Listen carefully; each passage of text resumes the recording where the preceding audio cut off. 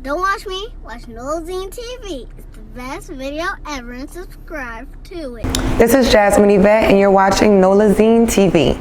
Okay. Also tell everybody where you're from.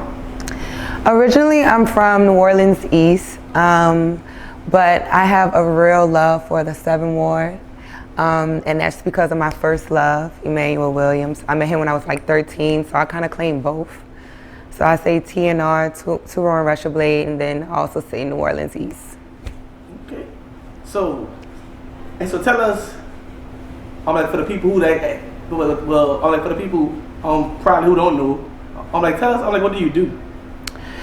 So I feel like I'm like a media genius because I do a bunch of different things. I graduated with my PR and advertising degree, and I specialize in journalism. But I have my own media company as well, Jahze TV Media, and I do my own set of interviews. But then I'm also a manager, so I manage an artist by the name of Nige, a producer by the name of Six the Producer, and I have an illustrator artist by the name of Justin Richburg. So I'm just that. I do a bunch of different things, but I love media. I love the music industry, and I love entertainment. You're a media mogul? Yes. Okay. So, growing up, did you ever think you'll be doing this? I would say that I always loved to be in the front. I always loved to be heard. I was the talkative person. The one that my teachers used to say she probably has ADD or she she doesn't work faster than everybody else, and she interrupts everybody else. So I always knew that I talk too much. Did I know journalism was gonna be it? No, because I also was told I was this tall, skinny, pretty girl. So my first dream was to be a model. I thought you was about to say that. I was. That was my original goal in life. I was gonna be the next Tyra Banks and Naomi Campbell, but those dreams didn't work out. So I had to tap into my other talent, which was communication. Okay, so communication. So, I didn't really know who you was until you actually was coming back to the city. Mm-hmm. I was like, this is dope. I saw you was working with the Breakfast Club. Then you interviewed Charlamagne, and that was very dope to actually see that. Yeah. Coming from this city, because we don't really have that many people who actually interact with celebrities. Yeah. I want to give you your flowers early. Yeah. And be why you can smell them. Thank you.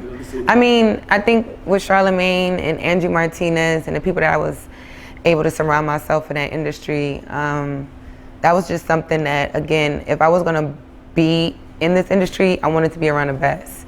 And I'll never forget, there was this guy, he still is, he's a big radio jock, huge. And I came for him, I was like, look, I really need help, I really wanna get in the industry. And he was like, the media industry's oversaturated, won't you just, either go upstate or do something else with your life, leave it alone.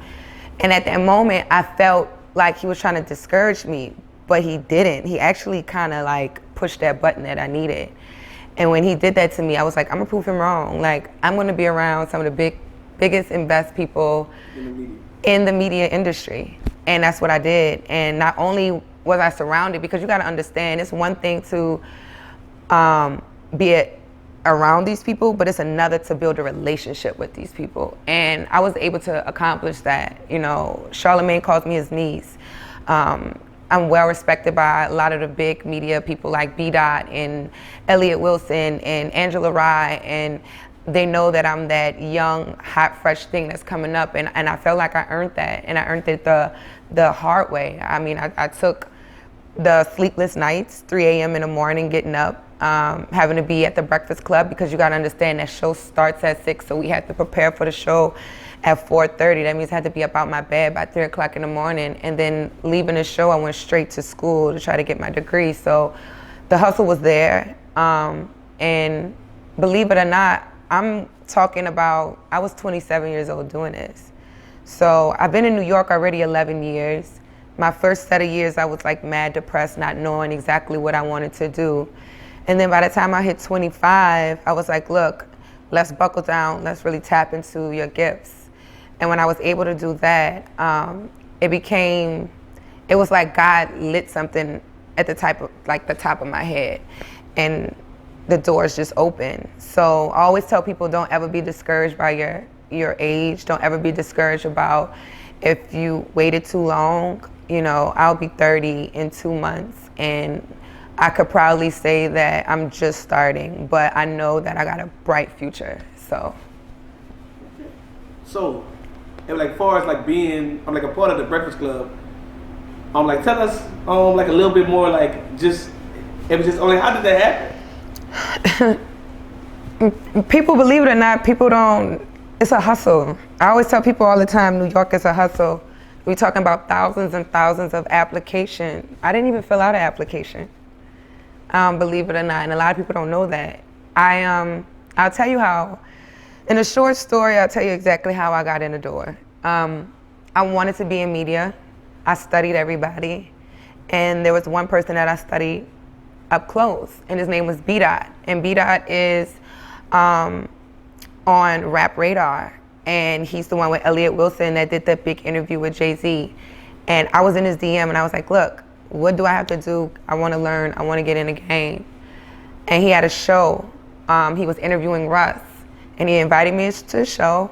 And literally, that's what I did. I started building relationships. I talked to him. I was telling him he saw my passion. Next thing I know, he called Angie Martinez up directly and said, hey, Angie, I have this girl. She's dope, and she wants in. And Angie asked me to come in. Angie said, what do you want to do? I told her exactly what I wanted to do. And she said, you're hired on the spot. So I didn't have the traditional route of filling out an application or praying that I was going to be picked. Like, I literally hustled for that spot. And when I got the opportunity to take the spot, I sold myself. And I told them I'm here for the right reasons, and I'm only here to learn and to soak in and to be around the best and nothing else. So it was pretty dope. And then from Angie Martinez, working with her for almost a year, I realized I wanted to change sets, and the Breakfast Club actually is right next door to Angie Martinez's show. I never knew that. Yeah, and literally this is their station and this is Angie Martinez's station, and we always interacted every day. So while I'm on Angie's show, I'm also building a relationship with people at the Breakfast Club. So by the time that year came up and there was like, what do you want to do as far as position goes, I had built up such a great relationship with Charlamagne at the time. He was like, we want to bring her on, you know, let's bring her on over here. And I was able to go over there, and my life kind of like literally changed. Like, I felt at home instantly. Like, it's like I knew exactly what I was doing. I became like this super duper dope junior producer. Like, that's what they were molding me to be. And I took that time, and I'm talking about a year and a half of being there, and I didn't play no games. Like, these people became my family, from Wax to, which is Charlamagne's bodyguard, to, you know, Eddie, which is the producer over the show, Dan. There's a lot of people that people don't know about behind the scenes that I built real good relationships with, and those open doors to. But the people behind the scenes are the most important people. They are the most important people, and people don't realize that. And those are the ones that know all the celebrities. Those are the ones that when a celebrity. With 500 followers in New York, be the plugs, and people don't really know it. And they be coming through the door, and they dapping them off before they even dap off the host, you know. So, you know, another thing too is, I tell people this all the time, your presence is everything. You walk in like an intern, they're gonna treat you like one. You walk in like a boss, they're gonna treat you like that. I have had so many people walk into this radio station over the last year and a half and thought I was the executive producer. Like, no lie, they thought I was somebody like over something. And it's because I carried myself. Like, people see you like, hey, but I just gotta meet her. Yeah. Like, who are you? Like, what you do? What you looking for? I'll never forget, like, my favorite interaction, I think, of all time was Samuel L. Jackson. He had walked in, and his presence is strong. Like, there's certain celebrities, like, their presence is just strong. I don't care how many I ran across, some is just very, very strong. He was one of them.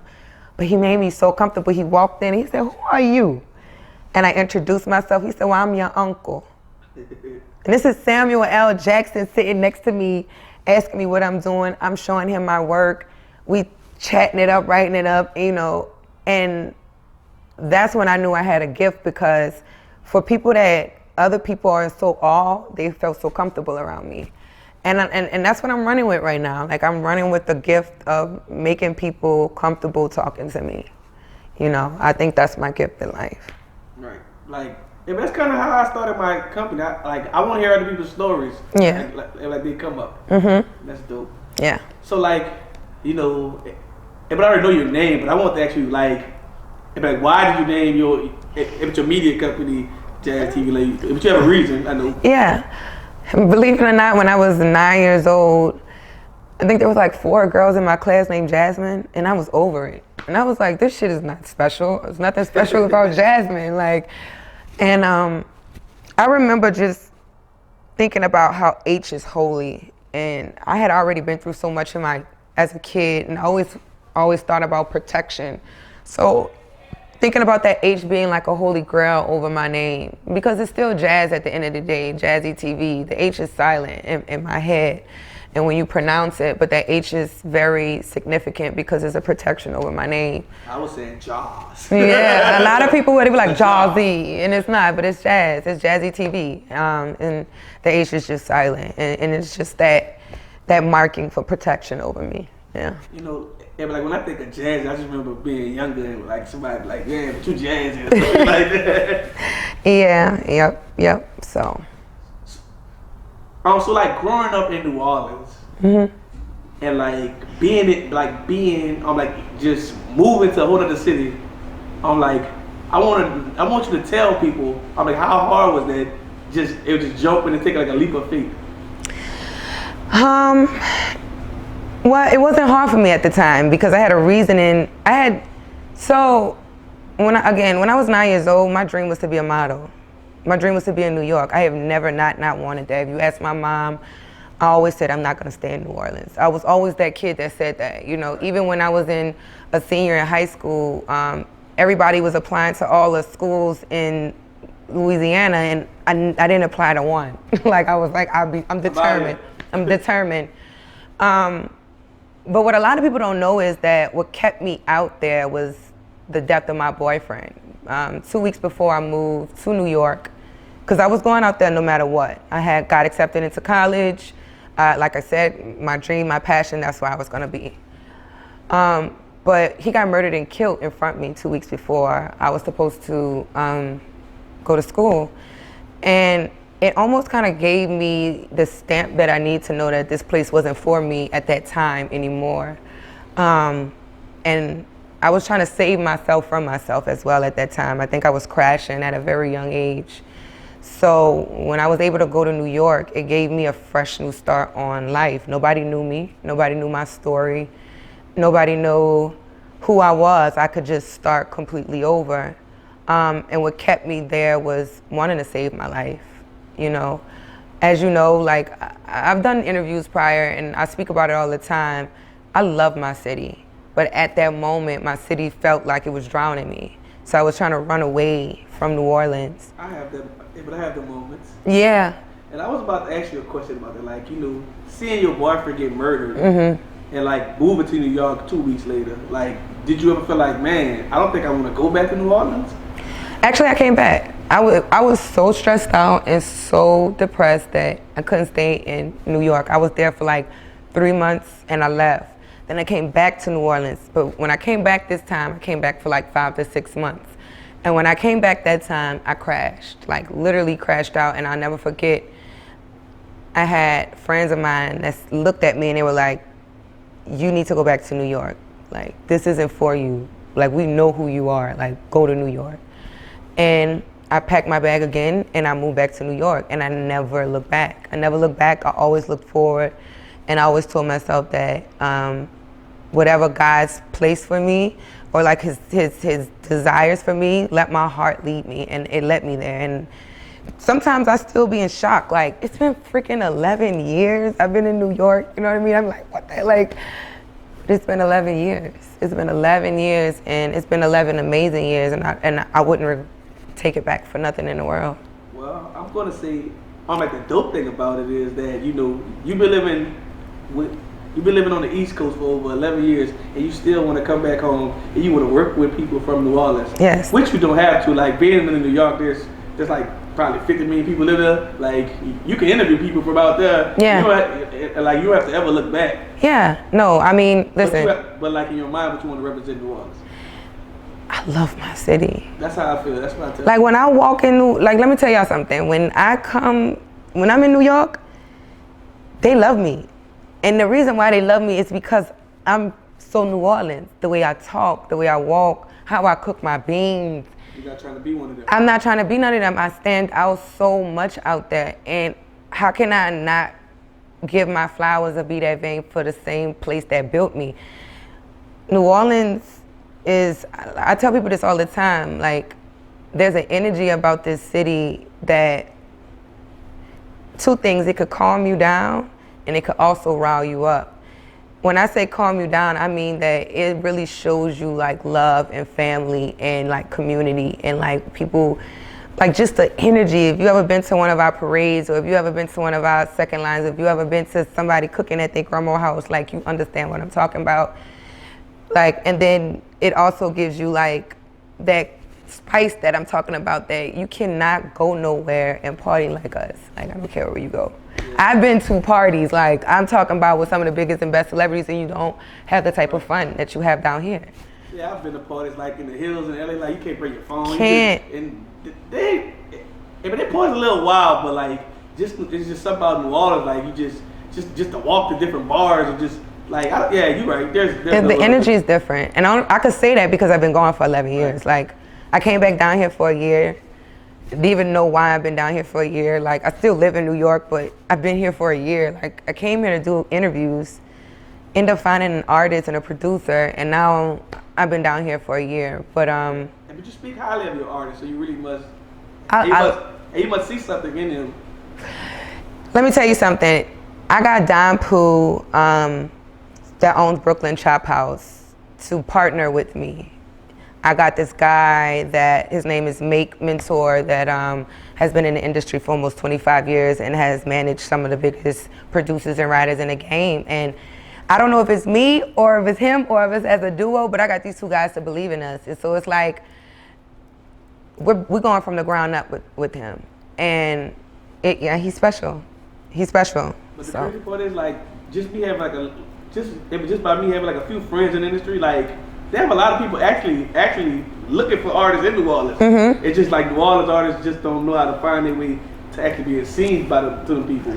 I tell people this too all the time. The media industry lacks down here as far as like executives and A&Rs and people looking to see who is down here.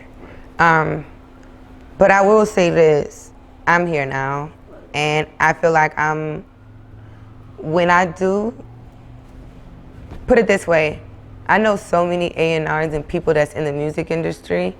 I'm not selfish. And if I hear good music and I think that there's something in potential there, I will definitely push it to the right people's hands. And I have. I've let a lot of people hear people from New Orleans music, believe it or not. They ask me all the time. They're like, I know you know somebody down there, and I'll shoot them. Sometimes it's not up to me though, you know? As soon as I first met you, I just automatically instantly thought of Karen Civil.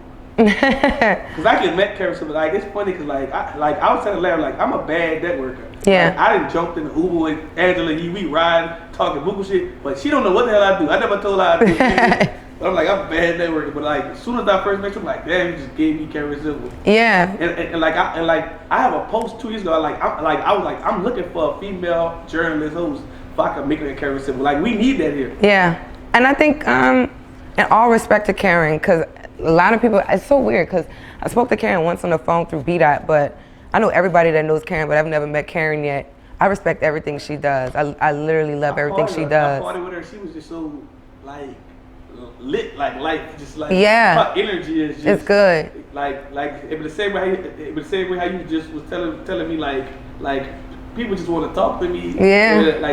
That's how she is. I think though with me that I will say that I would like to have my own lane and is you'll find your niche. Yeah, but I already feel like my niche. I think that it's weirdly enough, I'm a healer. And I don't know if that's what Karen does or not. You know, she's a partier, but I feel like I'm a healer, and that's what my goal is. I really want to be able to heal a lot of people. You got a party in the industry too. You know you got a Oh party. yeah, I'm that for sure. Yeah, but like all the best relationships come from party. You know, but it's like weird. Like all my best relationships came from awkward moments, like walking in a gas station or, you know, work or something like that. Or being at a restaurant. Being at a restaurant, you'd be so surprised. They have a weird like vibe. Like I just think people just automatically gonna talk to me. Yeah. Like I could be sitting at Root Christian. I'm like I could bet somebody like like this white person. I start talking to them. Yep. So. It'd be like weird. I'm like I don't know how to explain it. Yeah, but I definitely get what you're saying. Yeah. So tell us. I'm like, what's next for you?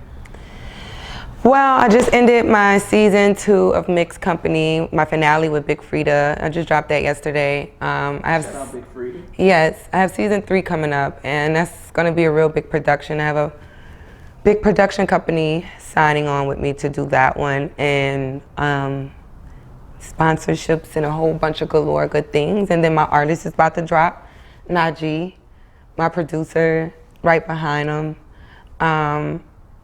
And then I have a bunch of like little projects that I'm excited about. I'm really excited about, you know, going into real estate and products that I want to start to put Jahze TV merchandise and stuff like that I've been in the works with.